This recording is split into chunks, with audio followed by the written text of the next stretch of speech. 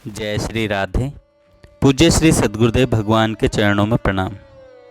पूज्य श्री राधा बाबा जी का जीवन चरित्र। कल हमने सुना था कैसे गिरिराज जी की परिक्रमा में रास बिहारी ठाकुर जी ने पूज्य बाबा के चिबुक पर अपने हाथ लगाकर नृत्य किया। आइए अब उससे आगे सुनते हैं। परिक्रमा के बीच में ही बाबा के चिबुक का अंगुलियों से स्पर्श करके श्री प्रियतम श्री कृष्ण कहने लगे, हे किशोरी जू, हे राधे जू, आप सो ही या वन की शोभा है। निर्माणाधीन श्री राधा कृष्ण मंदिर की नींव की खुदवाई के काम का आरंभ षष्ठी तिथि को हो चुका था। नींव की दीवार को खड़ी करने का शुभ मुहूर्त राधाष्टमी को ही था। प्रातःकालीन प्रभात फेरी के बाद यह कार्य संपन्न हुआ। सन 1971 ईस्वी में बाबूजी नित्य लीला में लीन हुए थे। तब से लेकर अब तक बाबा ने किसी भी उत्सव पंडाल में प्रवेश नहीं किया था, पर आज बाबा की प्रेमाधीनता देखने योग्य थी। नींव भरने का कार्य आरंभ हो, इसके लिए पहले श्री गणेश जी, श्री वास्तु देवता आदि के पूजन का कार्यक्रम एक छोटे से पंडाल में संपन्न होने वाला था। सबके मन पर यही संस्कार था कि बाबा तो पंडाल में जाएंगे नहीं, अतः हम लोगों ने इतने पर ही संतोष कर लिया था कि बाबा खुले आकाश के नीचे दूर बैठे हुए इस कार्यक्रम को देखते रहें। बाबा के बैठने के लिए एक समुचित स्थान निश्चित भी कर लिया गया था। श्रृंगार धारण किए हुए श्री प्रिया प्रियतम बाबा से अनुरोध करने लगे। अनुरोध नहीं, उन्होंने आग्रह करना आरंभ कर दिया। बाबा, आप तो हमारे साथ साथ चलें, बस चले चलें। और इस आग्रह का वह सुंदर परिणाम देखने को मिला जो विगत 10 वर्षों में नहीं हुआ था। श्री प्रिया प्रियतम के स्नेह सने वचनों को बाबा टाल नहीं सके। बाबा की दृष्टि में रास लीला के ये स्वरूप वस्तुतः श्री प्रिया प्रियतम ही हैं।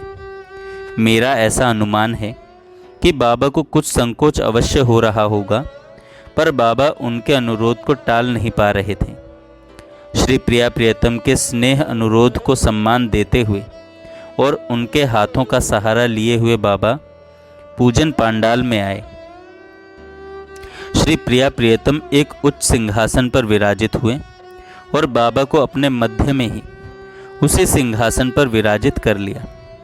पूजन के उपरांत सर्वप्रथम महाराज जी ने सीमेंट कंकड़ का गारा नींव में डाला।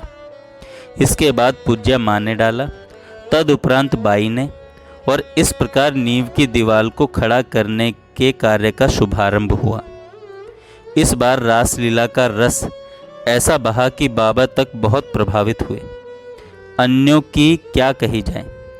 गीता वाटिका से रास मंडली के चले जाने के बाद स्वयं बाबा ने कहा कि वाटिका उदास लग रही है, कि वाटिका वो उदास लग रही है।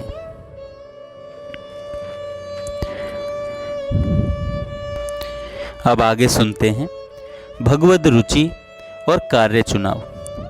आदरणीय बहन विमला देवी भारद्वाज का भतीजा प्रिय श्री राकेश शर्मा 20 मार्च 1981 को गोरखपुर आया। वह लखनऊ के मेडिकल कॉलेज में पढ़ता था। होली की छुट्टियों में पूज्य बाबा का दर्शन करने के लिए चला आया। उसकी 4 वर्ष की पढ़ाई पूरी हो चुकने में केवल 1 वर्ष और रह गया था। जब वह प्रणाम करके पूज्य बाबा के पास बैठा हुआ था, तब उससे पूज्य बाबा ने पूछा, अध्ययन पूरा कर चुकने के बाद क्या विचार है? नौकरी करोगे अथवा स्वतंत्र रूप से चिकित्सा कार्य करोगे? श्री राकेश ने बताया, बाबा, अभी मैंने कुछ सोचा नहीं है। MBBS की डिग्री मिलने के बाद पिताजी से पूछकर ही कोई निर्णय लूँगा। पूज्य बाबा ने प्रिय राकेश की मातृ पितृ परायणता की उन्मुक्त सराहना की। फिर उससे पूज्य बाबा ने कहा, कार्य के चुनाव के बारे में यदि भगवान की इच्छा की जानकारी हो जाए तो और भी सुंदर बात होगी। यदि भगवान की रुचि के अनुसार कदम उठाया और बढ़ाया जाए तो फिर सारी जिम्मेदारी भगवान के ऊपर आ जाती है। अब प्रश्न यह उठता है कि भगवान की रुचि की जानकारी कैसे हो। जानकारी प्राप्त करने की जो सात्विक प्रक्रिया है उसके बारे में मैं तुमको कुछ बतलाऊं। इसके पहले तुम यह बतलाओ कि तुम किन की आराधना करते हो। श्री राकेश ने कहा, भगवान शिव की। पूज्य बाबा ने कहा, क्या तुमने यज्ञोपवीत ले रखा है? श्री राकेश जी ने कहा, अभी नहीं। हमारे यहाँ आजकल ऐसी प्रथा हो गई है कि जनेऊ विवाह के अवसर पर कुछ दिन पहले दिया जाता है। पूज्य बाबा ने कहा, कोई बात नहीं। क्या तुम 3 दिन तक केवल फल खाकर रह सकते हो? श्री राकेश जी, आसानी से रह सकता हूँ। पूज्य बाबा, 3 दिन तक अन्न का एक कण भी नहीं खाना, अन्न से स्पर्शित वस्तु भी नहीं लेनी है। जब तुम अध्ययन पूर्ण कर चुको और तुम्हारे सामने यह प्रश्न खड़ा हो कि मुझे द्रव्य अर्जन के लिए कौन सा मार्ग चुनना चाहिए, उस समय तुम एक काम करना। यह तो मेरा मात्र परामर्श है, किंतु यदि इस परामर्श के अनुसार कार्य करोगे तो तुमको बहुत लाभ होगा। उस समय तुम 3 दिन तक केवल फल के आहार पर रहना।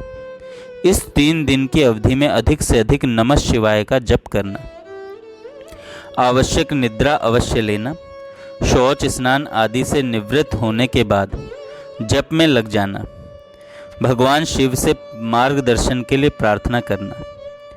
उनसे अनुनय करना कि मैं किस मार्ग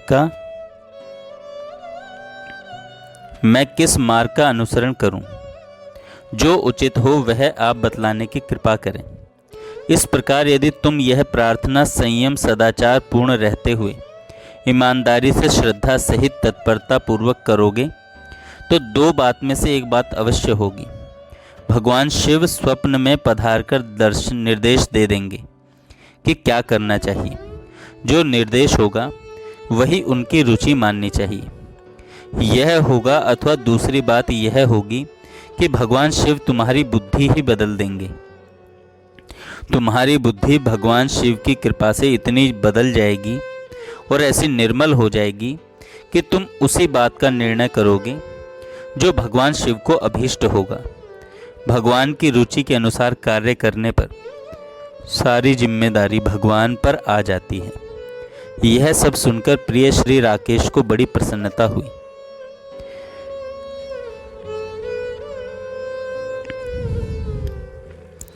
श्री आनंदमयी माँ। बाबा के प्रति वंदनीय माँ की बड़ी महत्व बुद्धि थी। केंद्रीय सरकार के भूतपूर्व शिक्षा मंत्री डॉक्टर श्री त्रिगुण सेन के सामने एक बार माँ ने कहा था, माँ यहाँ संबोधन है आनंदमयी माँ से, पूज्य श्री आनंदमयी माँ से। पूज्य माँ ने कहा था, राधा बाबा प्रेम भक्ति और सत्य का प्रतीक हैं, भक्ति मार्ग का जीवंत मूर्ति हैं।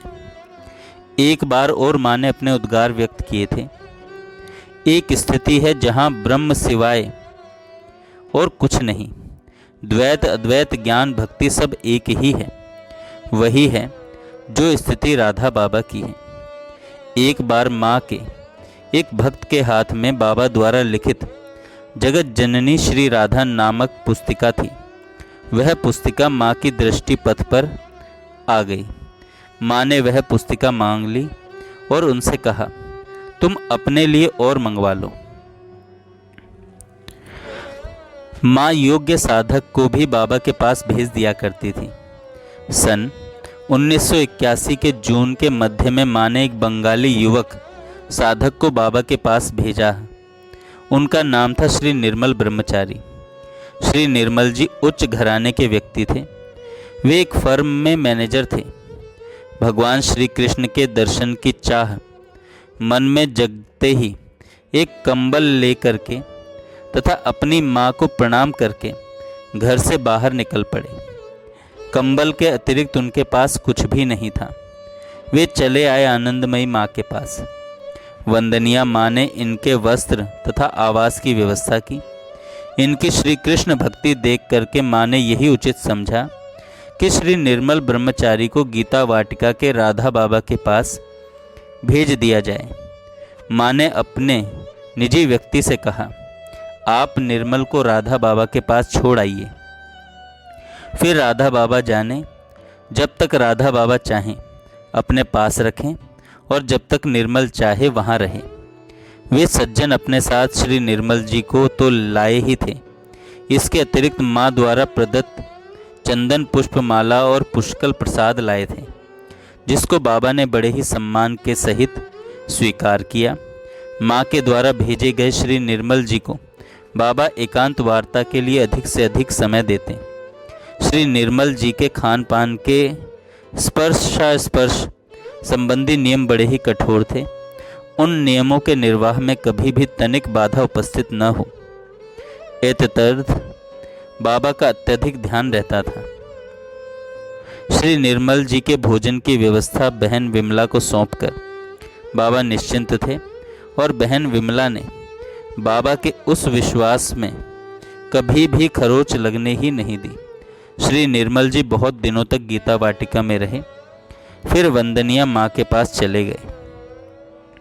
एक विचित्र संयोग की बात लिख रहा हूँ।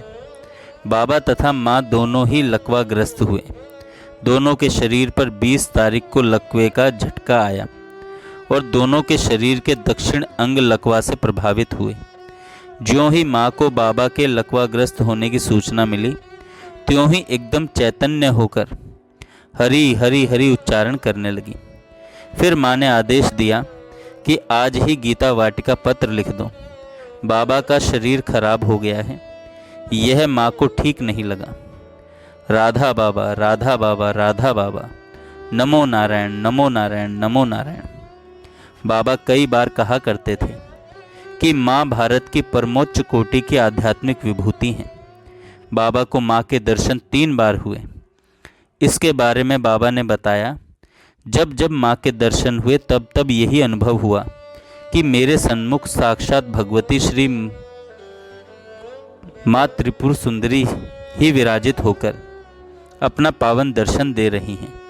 तीनों बार एक ही जैसा दर्शन होना स्वयं में एक बहुत बड़ी बात है। जिस दिव्य रूप में दर्शन मिले वह छवि आज तक हृदय पटल पर ज्यों की त्यों अंकित है। जय श्री राधे।